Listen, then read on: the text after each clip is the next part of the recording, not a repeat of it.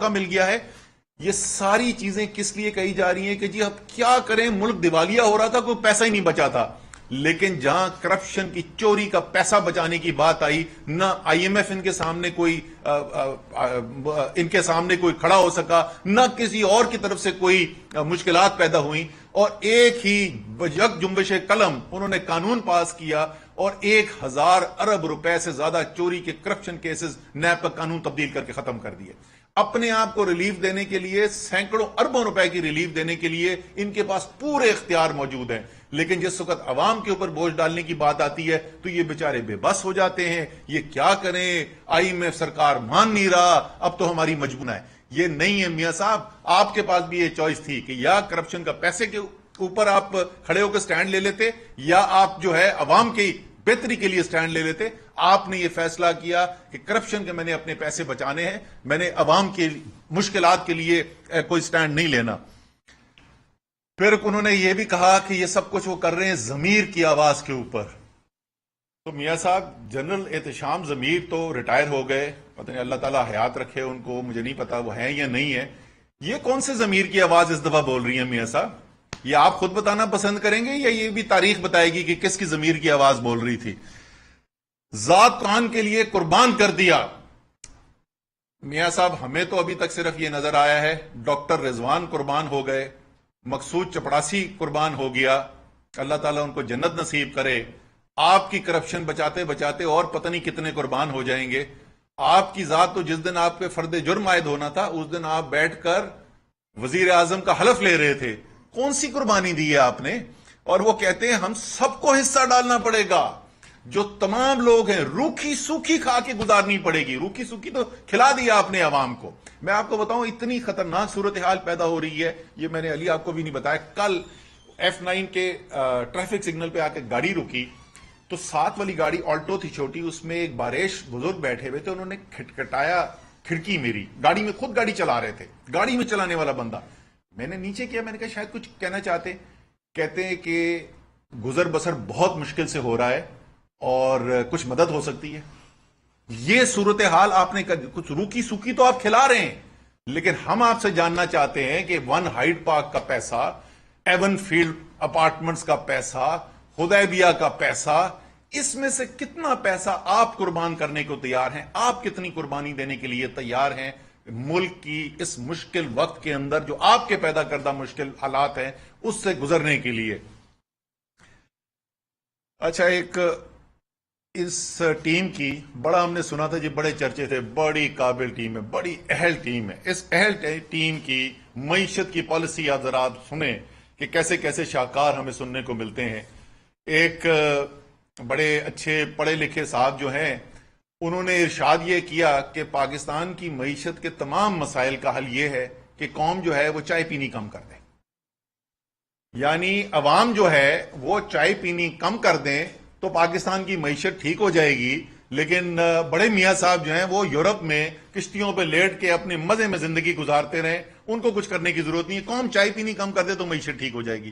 پھر اس کے بعد آج ایک اور عظیم معاشی فلسفہ پیش کیا جناب شہباز شریف نے, اور وہ کہتے ہیں کہ میں جان لڑا کر اور ساری رات جاگ کر مہنگائی کم کروں گا. جان لڑا کر اور ساری رات جاگ کر میں مہنگائی کم کروں گا. تو میاں صاحب, پہلا تو آپ سے سوال یہ ہے کہ کیا اب ہم یہ سمجھیں کہ وہ جو آپ کا کپڑے بیچ کر مہنگائی ختم کرنے والا منصوبہ تھا وہ آپ نے اب ختم کر دیا, اب یہ ساری رات جاگنے والا فارمولا استعمال ہوگا؟ یہ حالت ہے اس معاشی ٹیم کی اور اس حکومت کی. نہ ان کی کوئی معاشی پالیسی ہے, نہ ان کو پتا ہے کس طرف جانا ہے. ایک چیز ان کو, بلکہ دو چیزیں ان کو بالکل کلیئر پتا ہے. ایک, ان کو یہ پتا ہے کہ وہ آئے کیوں ہیں, اور وہ خرم دستگیر نے سب کے لیے اگر کوئی ابہام تھا کسی کے دماغ کے اندر تو وہ انہوں نے دور کر دیا, اور انہوں نے کہا کہ جناب ہمیں تو پتہ یہ چل رہا تھا کہ اگلے چند مہینوں میں ہمارے تمام کرپشن کے کیسز جو ہیں وہ منطقی انجام تک پہنچنے والے ہیں, اور اس کے بعد ہمارا دولت بھی گئی, ہماری سیاست بھی گئی, اس لیے ہمیں سازش کر کے عمران خان کو گرانا ضروری تھا. ایک تو اس کے اوپر بالکل واضح ہیں, اسی لیے 2 مہینے نہیں لگائے انہوں نے نیب کا قانون بدل کے 1000 ارب روپے کی چوری جو ہے اس کو اڑا کے رکھ دیا. دوسری چیز ان کو یہ بالکل واضح ہے کہ ہمیں عوام نہیں لے کر آئی حکومت کے اندر. یہ اس لیے ان کو فکر نہیں ہے عوام سوچتی کیا ہے، ان کو صرف فکر یہ ہے کہ وہ جو ہمیں لے کر آئے ہیں وہ کیا چاہتے ہیں۔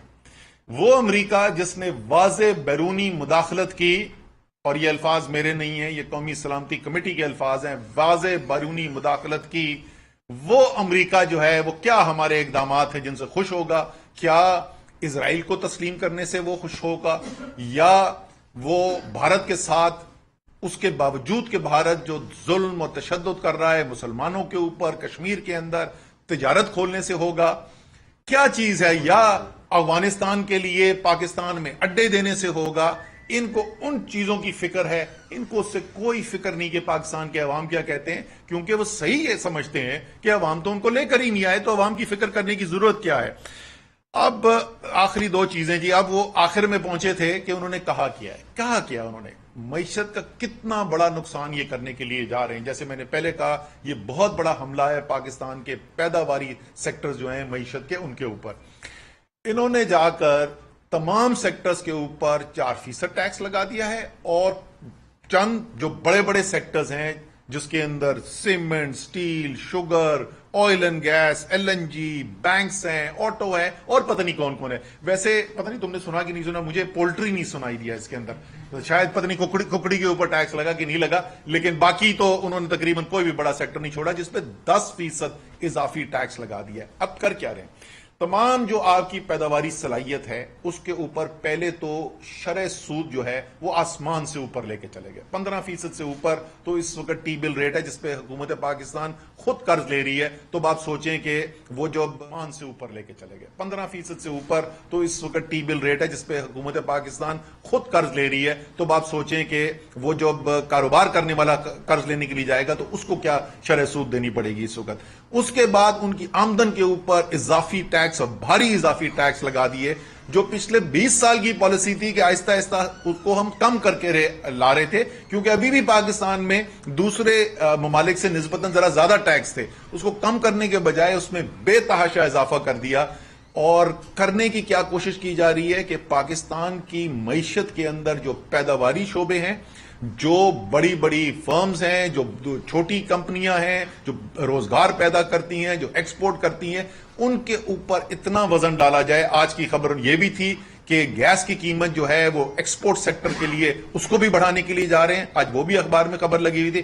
ہر وہ پیداواری سیکٹر جس کی بنیاد کے اوپر پاکستان اپنے پاؤں پر کھڑا ہو سکتا ہے، جس سے پاکستان کی درآمدات بڑھ سکتی ہیں، جس کے اندر پاکستان کی پروڈکشن بڑھ سکتی ہے، جس سے روزگار پیدا ہوتا ہے، ہر اس چیز کو اس پر بوجھ ڈالا جا رہا ہے۔ یعنی جب یہ کمزور ہوں گے تو عالمی منڈی سے چیزیں پاکستان آئیں گی، اور پاکستان جو جس دلدل کے اندر پھنسا ہوا ہے اس سے اور مزید دلدل کے اندر پھنستا چلا جائے گا۔ آخری چیز جو میں کہوں گا وہ یہ ہے کہ میاں صاحب حبیب جالب کو معاف کر دیں، خدا کا واسطہ۔ آپ یہ جو حبیب جالب کے شعر سناتے ہیں نا، آپ کا حبیب جالب کے فلسفے سے اتنا ہی تعلق ہے جتنا جو بائیڈن کا گوال منڈی کی گلیوں سے، تو خدا کا واسطہ یہ اس کا حبیب جالب کا نام دینا چھوڑ دیں۔ بہت شکریہ۔ صاحب کیا کہیں گے پی ٹی آئی کے دور میں جو کیبنٹ